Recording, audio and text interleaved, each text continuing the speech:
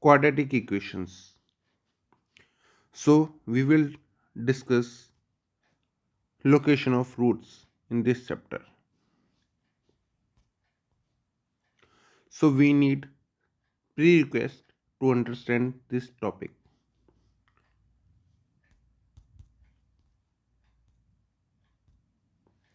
First one is quadratic trinomial. What is quadratic trinomial? A quadratic trinomial is a second degree three term expression where the highest degree of x is 2 and the number of terms is 3, so it becomes quadratic trinomial. Okay, now the leading coefficient of x square is a, so a is called a leading coefficient of a quadratic equation or quadratic trinomial. So now we can come to the next point. Ax square plus bx is equal to 0. This is called a quadratic equation. So we know that equation always need to solve. That means for what values of x the quadratic expression give the value equal to 0. So the value of x is called the roots for which quadratic expression give the value equal to 0. So the so to find out the roots of the quadratic equations we need a formula which is equal to x is equal to minus b plus minus under root d upon 2a, where d is a discriminant which has a value equal to d equal to b square minus 4ac. So number of roots depends on the degree of the x. So here highest degree of x is 2. So the maximum number of roots we can find is 2. Here there are two roots alpha and beta. Okay. So nature of roots will be dependent on the value of d.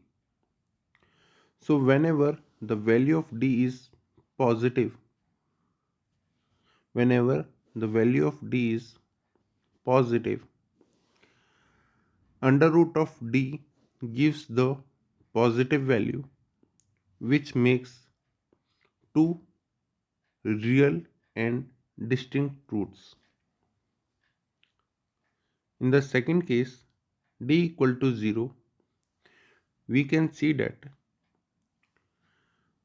when d becomes 0, you get the only value of x equal to minus b upon 2a.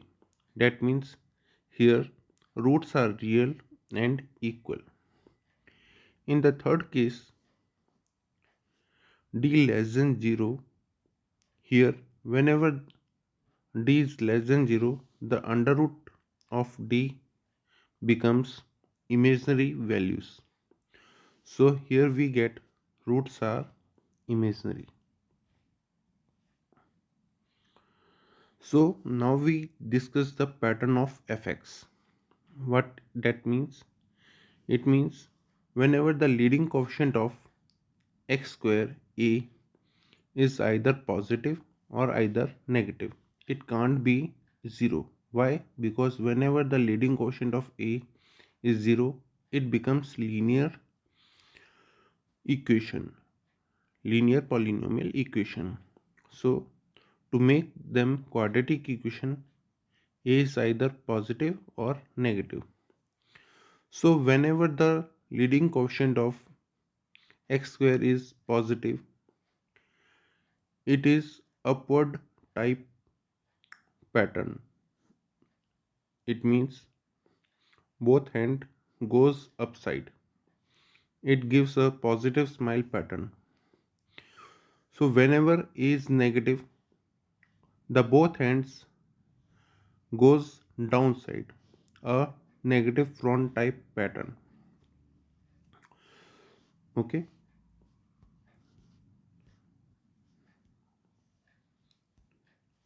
So when a is positive, here you can see that there are three cases. D less than 0, you can see that here roots are not real, or we can say that roots are imaginary. In this case, we can see that quadratic expressions gives always positive value.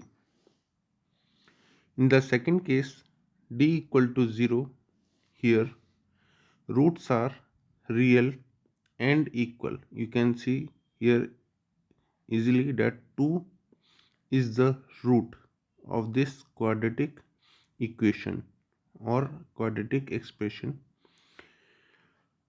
and at the same time you can see that the quadratic expression give either value equal to 0 and positive, because curve is always